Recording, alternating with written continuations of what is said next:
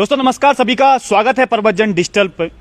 VPDO और video की जो भर्ती धांधली की जो खबरें सामने पे आ रही थी, जो उसकी जांच की जो बात कही जा रही थी, उसमें एक नया मोड़ और सामने पे आया। अब सीधा सीधा जो इल्जाम है वो हमारे मुख्यमंत्री जो पुष्कर सिंह धामी है उन पर लग रहे हैं कि कहीं ना कहीं जो ये वीडियो और वीपीडीओ की जो धांधली जो चल रही है और जो लोग इसे कर रहे हैं उसको कहीं ना कहीं जो माननीय मुख्यमंत्री जी हैं उनका संरक्षण जरूर प्राप्त है। इसी के लिए आज प्रेस कॉन्फ्रेंस भी की गई है। बेरोजगार संघ के जो अध्यक्ष है बॉबी पवार, उन्होंने और उनके साथियों ने इस पे प्रेस कॉन्फ्रेंस करी। क्या कुछ पूरा मामला था और सीधा सीधा क्यों मुख्यमंत्री को इसमें ब्लेम किया जा रहा है, तो सीधा हम बॉबी पवार से ही पूछेंगे।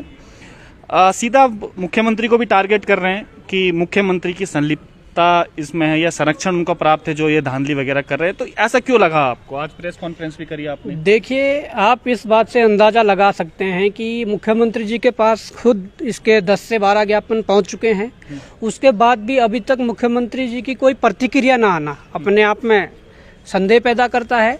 उसके बाद भ्रष्टाचारियों को मौन समर्थन देना ये दर्शाता है कि भ्रष्टाचारियों को ये मौन समर्थन दिया हुआ है, क्योंकि ये इसके खिलाफ तो बोल नहीं रहे हैं कि इन पर कार्रवाई हो, कुछ भी हो।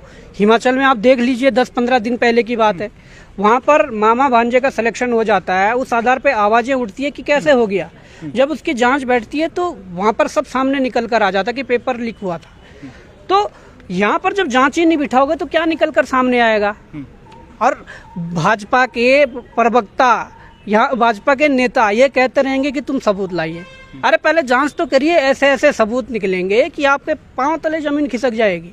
बिल्कुल। ये मामला पेपर लीक का है। हमारे पास जो सबूत पहुंचे हैं आप ये देख सकते हैं। ये लगभग पेपर से 12 घंटे पहले का ये मामला है। 12 घंटे पहले ये सारे उत्तर जो है वो इसमें डेट भी पड़ी हुई है, 4/12 पड़ी है और सुबह का ये है, जबकि शाम को पेपर था। ये 4 तारीख की जो शिफ्ट का पेपर है, ये देख सकते हैं कि किस प्रकार से सारे उत्तरों को इन्होंने रटा दिया है किसी को। और अब कितने लोगों को रटाया है ये हम अंदाजा नहीं लगा सकते, क्योंकि डिजिटल आजकल वो चल रहा है। तो कितने लोगों के पास एक बारी में पहुंच जाता है वो हमें अंदाजा नहीं है ना। तो ये पेपर लीक का मामला आया है, इसमें जांच तो करनी पड़ेगी।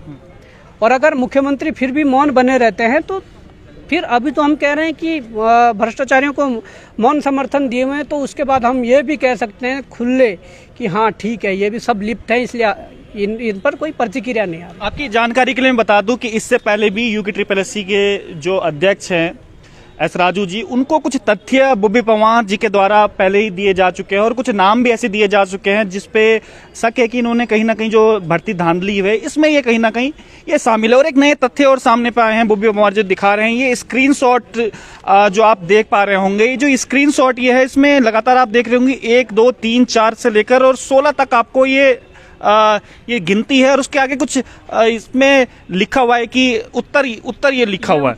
और ये केवल एक ही नहीं है और अलग अलग स्क्रीनशॉट हैं। ये देखिएगा, ये एक बहुत बड़ा सबूत भी है जो लगातार मांग कर रहे हैं बॉबी पवार। वीडियो और वीपीडीओ जो भर्ती के लिए जो भर्ती में जो धांधली हुई है उसको लेकर ये देखिएगा, 3 स्क्रीनशॉट इनके पास है। तकरीबन 65 इसमें 65 ही है पवार, 63 तकरीबन 63 उत्तर इसमें है। कितने नंबर का होता है ये टोटल? 100 नंबर का होता है। 63 उत्तर आपके पास है। 63 हमारे पास पहुंच चुके हैं। जिनके माध्यम से हमें मिला उनका कहना है कि ये 4 दिन पहले लीक हो गया था पेपर, 4 दिन पहले बाहर आ गया था। तो अगर ऐसी बात है तो 4 दिन में कितने लोगों तक ये पहुंचा है अंदाजा लगाना बड़ा मुश्किल है। और हमने ये खुद आयोग के अध्यक्ष को सौंप दिया है 21 तारीख को। उन्होंने अभी तक कोई इस पर एक्शन नहीं लिया है। हम चाहते थे कि ये ऐसे सबूत मिलने के बाद आयोग के अध्यक्ष तुरंत इस पर कोई संज्ञान लेंगे और तुरंत कोई एक्शन लेंगे, परंतु ऐसा हुआ नहीं। सर ये लोग सारे होंगे कि जांच भी आपकी करें। मैं थोड़ा सर के पास भी आता हूँ। एक तरफ हमारी सरकार जीरो टॉलरेंस की बात करती है, अभी चुनाव भी हैं, वहाँ पर इन्होंने रैली भी करी थी। तो क्या सरकार के कानून पर जूं नहीं रेंग रही है? क्योंकि बड़े बड़े बैनर पोस्टर में हम देखते हैं कि जीरो टॉलरेंस का नारा दिया जाता है, डबल इंजन का नारा दिया जाता है, युवा मुख्यमंत्री का नारा दिया जाता है। और यहाँ के युवा मुख्यमंत्री पे 8-10 ज्ञापन अभी तक जा चुके हैं, लेकिन यहाँ के जो मुख्यमंत्री हैं कान में रुई डाल के बैठे हुए हैं। तो क्या कुछ लगता है आपको? एक तरफ हम हिमाचल का उदाहरण हम देख रहे हैं कि हिमाचल में थोड़ा सा एक कुछ उन्हें सबूत मिला, उसके आधार पर जांच की गई, तकरीबन 70 लोगों की गिरफ्तारी वहां पर हो गई। और यहाँ पर एक स्क्रीनशॉट पूरे बॉबी पवार के पास, इससे पहले भी एस राजू से कई बार मुलाकात कर चुके हैं, सचिव से मुलाकात कर चुके हैं, लेकिन उसके बाद भी अभी तक कार्रवाई का कोई जिक्र तक नहीं। देखिए, जहाँ तक इस प्रदेश में युवा मुख्यमंत्री की अगर मैं बात करूँ तो मुझे अभी भी उम्मीद है कि कुछ ना कुछ इसके ऊपर कार्रवाई होगी। और सबसे ज़्यादा जो निराशाजनक अब तक रहा है वो आयोग की तरफ से रहा है, क्योंकि आयोग के पास इतनी बार इन्होंने गुहार लगाई है, मुख्यमंत्री आवास भी इन्होंने कूच किया है, लेकिन आप समझ सकते हैं कि पिछले कुछ समय से राजनीतिक जो घटनाक्रम चल रहा है उसके सामने मुझे लगता है कि इस प्रकार के मुद्दे बहुत बोने साबित हो रहे हैं। ये आप सभी लोग समझते हैं, चाहे वो पूर्व में हो रहे चुनाव हो या इस वक्त के जो चुनाव हो, उनके सामने इस प्रकार के मुद्दे उनको बोने साबित हो रहे हैं। लेकिन आयोग के पास जब इतनी बार गुहार लगाई गई है, पड़ोसी राज्य हिमाचल की बात करें कि मामा भांजे का सिलेक्शन हुआ, लोगों ने आवाजें उठाई, उसके ऊपर जांच हो गई। एक जितने भी लोग अभी तैयारी कर रहे हैं उन सभी को एक गांव का नाम बता दिया जाएगा कि वो गांव कौन सा है। उस गांव के एक वो राजनीति से ही जुड़े हुए व्यक्ति हैं, उस गांव के एक राजनीति से जुड़े हुए व्यक्ति के एक परिवार के 5 लोगों का सिलेक्शन हो जाता है, भाई का, भाभी का, घर में काम करने वाली एक लड़की का, और भी कुछ उनके सगे संबंधियों का सिलेक्शन हो जाता है अधिकारी जैसे पदों पर। तो मुझे लगता है कि देहरादून के जो बड़े बड़े कोचिंग सेंटर है उनको भी एक बार जो मूल मंत्र है, एक बार वहाँ जाकर जो है उस गांव में जाकर उन लोगों से जाकर ले लेना चाहिए कि भाई किस प्रकार से सिलेक्शन होते हैं। शायद आगे से बच्चे जो है उस प्रकार से तैयारियां करना शुरू करें। उन लोगों को भी हम बहुत अच्छे से बेपर्दा कर सकते हैं, लेकिन यदि सारे सबूत हम लोगों को ही लेकर आने हैं या बॉबी पवार और उनके साथियों को ही अगर सारे सबूत लेकर आने हैं, तो सरकार और आयोग ये भी लिखित में दे दे कि सबूत लाने के बाद सजा भी जो है बॉबी पवार और उनके साथी ही देंगे। फिर आपके जो जांच अधिकारी हैं, जो जांच एजेंसियां हैं, वो मोटी मोटी तनख्वाह लेकर क्यों बैठे हुए हैं? इतने दिनों से गुहार लगा रहे हैं कि आप जांच कीजिए।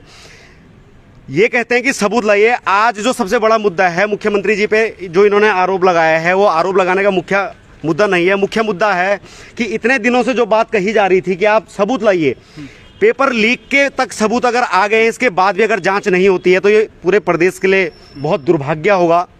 हम आज परीक्षा अगर नहीं दे रहे हैं तो कल हमारे बच्चों ने परीक्षा देनी है, हमारे छोटे भाई बहनों ने परीक्षा देनी है। और इस प्रकार से अगर बड़े बड़े पदों पर यदि इस तरीके से अनियमितताओं के साथ, और जिस प्रकार से सभी लोग समझ रहे हैं, दबी आवाज़ में सभी लोग कह रहे हैं कि कितने मोटे पैसे हर पद के लिए दिए गए हैं, अगर इस प्रकार से वो लोग इस तरह से अगर किसी पद पर बैठेंगे तो आप समझ सकते हैं कि किस प्रकार में आ रहा है कि जो एक घपले जो धांधली में जिन लोगों का नाम सामने पे आ रहा है, दबी जवान, उनका कनेक्शन बहुत लंबे लंबे हैं, क्योंकि कई मुख्यमंत्रियों के साथ उनकी फोटो देखी जाए, बड़े बड़े अधिकारियों के साथ उनकी फोटो देखी जाए। कितनी सत्यता है इस मामले में? जी देखिए, मुख्यमंत्री जी से मेरी चाहे 50 बार मुलाकात हुई हो, लेकिन जब मुख्यमंत्री कार्रवाई ना करें 8-10 ज्ञापन देने के बाद भी, तो कहीं ना कहीं संशय भी मन में होता है कि आखिर ये कार्रवाई क्यों नहीं कर रहे हैं इस तरीके। स्पष्ट तौर पर मैं कहना चाहूंगा, जिन लोगों को डर होता है वो लोग, जैसा आप कह रहे हैं कि फोटो लगाते हैं, वो लोग इसलिए लगाते हैं कि बाकी जांच अधिकारी और अन्य लोग इनसे थोड़ा सा डरे रह जाएं कि इनकी पहुंच मुख्यमंत्री तक है, या कभी जबरदस्ती इन्होंने मोदी जी के साथ फोटो खिंचवा ली हो तो इनकी पहुंच मोदी जी तक है। इस प्रकार के लोग ही ऐसा करते हैं। और कार्रवाई ना होना कहीं ना कहीं ये सत्यता का भी तो प्रमाण है कि पहुंच है उन लोगों तक। जी, इस बात का सबूत ये भी है। देखिए, उसके लिए राजनीति के बाद यदि इसमें राजनीतिक जो लोग हैं जिनसे अभी तक गुहार लगाई जा रही है, यदि वो लोग नहीं करते तो उसके बाद न्यायालय है। अभी भी हमें अपनी व्यवस्थाओं पर हमें भरोसा करना पड़ेगा, ये हमारी मजबूरी है। इसके बाद यदि अगर यहाँ से कार्रवाई नहीं होती है तो न्यायालय के शरण में जाएंगे। न्यायालय के शरण में जाएंगे। हर मुद्दा उत्तराखंड में न्यायालय की शरण में जाता है। तो जनता भी ये सवाल पूछती है कि जो हमने सरकार चुनी है, ये डबल इंजन सरकार, आखिर ये किस काम की, जब हर मुद्दे को हमें न्यायालय भेजाना है। मनोज ध्यानी जी हमारे साथ हैं, लगातार मुद्दे उठाते भी रहते हैं। सर, एक सवाल आपसे ये भी है कि जीरो टॉलरेंस का नाम हमने बहुत सुना, दोबारा से सरकार आ गई है, लेकिन उसके बाद भी ये सबूत इतने मिल जाते हैं। लगातार जो बॉबी पवार हैं, बेरोजगार संघ के अध्यक्ष, लगातार कांटेक्ट कर रहे हैं UKSSC के जो अध्यक्ष हैं, जो सचिव हैं, उनको कुछ सबूत भी दिए हैं। और एक तो बहुत बड़ा सबूत ये सामने पे है, बिल्कुल स्क्रीनशॉट है, उसके बाद भी कोई कार्रवाई नहीं हो रही है। 8-10 ज्ञापन मुख्यमंत्री को दे चुके हैं। देखिए, जीरो टॉलरेंस जो ये शब्दावली है, ये सिर्फ शब्द है और ये जनता को मूर्ख बनाने वाला एक आईवाश है। यथार्थ बिंदु ये है कि प्रत्येक जितनी परीक्षाएं हो रही हैं, प्रत्येक परीक्षा में गड़बड़ी हो रही है। आप लगातार देख रहे हैं और बेरोजगार संगठन के ये युवा लोग लगातार ये बात उठा रहे हैं। कभी बोगस किस्म की एजेंसीज जो मध्य प्रदेश में या बाहरी राज्यों में जो बैन होती हैं उनको आप एंगेज करते हैं। जब आप खुद परीक्षाएं ऑर्गेनाइज करते हैं तो इस तरीके की लीकेज होती है। इस तरीके के लीकेज के बाद जब प्रूफ कोई देना चाह रहा है और ये जिस प्रकार भगत सिंह और राजगुरु हुआ करते थे, चंद्रशेखर आज़ाद, सुभाष चंद्र बोस होते थे, उस प्रकार के देशभक्त लोग हैं और जो इस व्यवस्था की खामियों को लड़ा रहे हैं। आज हम अंग्रेजों के टाइम पे तो हमने गोरे अंग्रेजों से लड़े, आज हम काले अंग्रेजों से लड़ रहे हैं और ये अपनी बात उठाकर सत्ता व्यवस्था के समक्ष ला रहे हैं। उस पर संज्ञान लेना चाहिए, उसमें जांच के आदेश देने चाहिए, सीबीआई जांच होनी चाहिए। ऐसे अपराधियों की जगह जो परीक्षाओं में गड़बड़ी कर रहे हैं और जो इस तरीके का लाभ ले रहे हैं उन परीक्षाओं में गड़बड़ी के माध्यम से, पैसे के माध्यम से, तो उनकी जगह जेलों के भीतर होनी चाहिए। वो बैठेंगे सचिवालय के भीतर, विधानसभा के भीतर, कार्यालयों के अंदर। ये मंजूर नहीं किया जा सकता, मंजूर नहीं किया जा सकता। और आपकी जानकारी के लिए बता दूं कि अभी कुछ दिन पहले भी 2 आईएएस और एक पीसीएस जो अधिकारी हैं उनके परिजनों पर बहुत बड़ा फर्जीवाड़े का एक मुकदमा हुआ है और नोएडा में हुआ। ये कोई छोटे मोटे अधिकारी नहीं है, जिला अधिकारी है, शासन प्रशासन में बैठे हैं, मुख्यमंत्री के बहुत करीबी अधिकारी हैं। अब बॉबी पवार जी के पास मैं लास्ट में आता हूँ। कुछ लोग कह रहे हैं कि बॉबी पवार राजनीति इसमें कर रहा है, कुछ लोग कह रहे हैं कि बॉबी पवार झूठी मूठी अफवाह फैला रहा है और आज आपने बताया कुछ धमकियां भी आपको आ रही हैं। क्या कुछ है इसके पीछे? क्या वाकई में राजनीति हो रही है ये सब चीजें?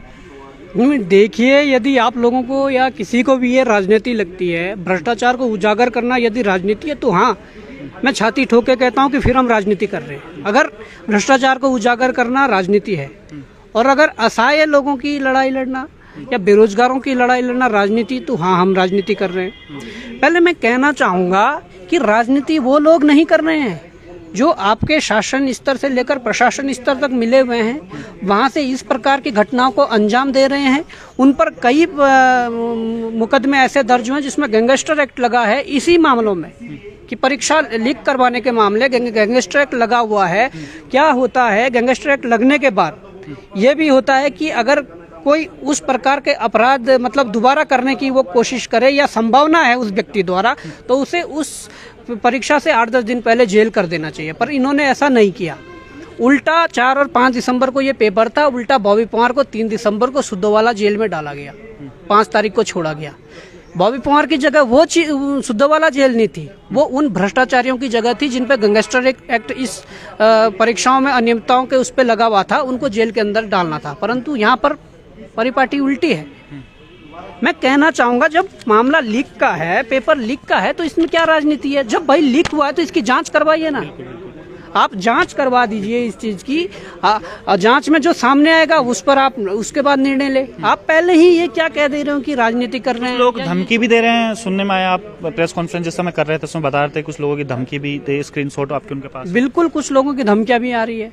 कुछ लोग कह रहे हैं कि आपके खिलाफ हम कार्रवाई करेंगे, कि आप मुख्यमंत्री के खिलाफ क्यों बोल रहे हैं। अरे मुख्यमंत्री के खिलाफ हम क्यों ना बोले, हमारे मुख्यमंत्री हमने वोट दे के जिताया है ना, हमने वोट दिया है तब सरकार बनी है, तो हमने इसलिए गया ताकि अंकुश लगा सके। जब वोट दिया है तो हम आज छाती ठोक के कह सकते हैं, हम छाती ठोक के विरोध भी कर सकते हैं कि आपने ये आप गलत कर रहे हो, इसलिए आप इस पर कार्रवाई करिए। और ये जो मौन धारण किए हुए हैं मुख्यमंत्री, इसका जवाब देना पड़ेगा। मैं कहता हूं कि जल्द ही यदि इस पर कोई प्रतिक्रिया मुख्यमंत्री की नहीं आती है तो चंपावत के मैं लोगों से कहना चाहता हूं, चंपावत के जो हमारे युवा साथी हैं उन लोगों से आग्रह करना चाहता हूं, चंपावत के उन अभिभावकों से आग्रह करना चाहता हूं जिनके बच्चे तैयारी कर रहे हैं और जिनके बच्चे 1-1, 2-2 नंबर से बाहर हो रहे हैं इस भ्रष्टाचार नीति के कारण, उनसे आग्रह करूंगा कि आप ऐसे मुख्यमंत्री को बिल्कुल भी वोट ना दें। सीधी सी बात है। हम क्या कुछ मिल रही थी? आप स्क्रीनशॉट भी इसमें दिखा रहे थे कि कुछ लोगों की, और हम क्या, ये देखिए, ये इस प्रकार की मिल रही है। ये मैसेज आते हैं इस नंबर से, बॉबी पवार बेरोजगार संघ के अध्यक्ष। मैंने कहा हाँ जी, हम, आप कौन? तो वो सीधे कहते हैं कि सीएम को क्या बोल रहे हैं, कंप्लेन जारी हो जाएगी, आपके प्रूफ भी आएंगे। मैंने कहा सीएम को बोल रहा हूँ चोर है, जब कुछ बोल नहीं रहे तो हमें बोलने में कोई वो नहीं है, हम कह रहे हैं। मैंने कहा आप हो कौन? तो मैंने जब ये कहा आप हो कौन, तो ये कह रहे हैं कि कल पता चल जाएगा, कल तक पता चलेगा। मैंने कहा ठीक है, कल तक किसे क्या पता चलता है। पर जब हमने ट्रू कॉलर से निकाला है तो ये चीजें सामने आई है। ये पूर्व कैबिनेट मंत्री है, उनके साथ का इनका फोटो लगा हुआ है, तो कहीं ना कहीं अंदर के ही लोग धमकियां दे रहे हैं। सीधी सी बात ये है। तो अंदर के लोग धमकियां दे रहे हैं। यदि बॉबी पवार पर कुछ कल के दिन आंच भी आती है तो ये जिम्मेदारी भी अंदर के लोगों को लेनी पड़ेगी कि हमारे साथ क्या हुआ, ये अंदर के लोगों को जिम्मेदारी लेनी पड़ेगी। तो ये तमाम प्रकार के इल्जाम जो हैं वो बेरोजगार संघ के अध्यक्ष बॉबी पवार लगा रहे हैं कि करीबन 8 से 10 बार ज्ञापन मुख्यमंत्री को दिया जा चुका है और जो इस धांधली में जो लोग शामिल हैं वो बड़े बड़े नेताओं के साथ, बड़े बड़े अधिकारियों के साथ उनके फोटो जाती है और मुख्यमंत्री का संज्ञान लेना तक कहीं ना कहीं ये प्रतीत कराता है कि संलिप्तता या संरक्षण कहें जो ये धांधली जो वीडियो वीपीडीओ की ये अभी तक जांच नहीं हो पा रही है, कहीं ना कहीं इनके ऊपर मुख्यमंत्री का हाथ और इसके साथ साथ धमकियां भी कई दी जा रही हैं। आखिर ये जांच कब तक होगी, आगे इसमें क्या कुछ अपडेट है, ये जांच होगी भी कि नहीं होगी, क्योंकि अभी तक इस जांच के लिए जो यूपीएससी के जो अध्यक्ष हैं राजू जी, उनको बॉबी पवार के द्वारा ज्ञापन भी दिया गया है और कुछ सबूत भी उनको दिए गए हैं।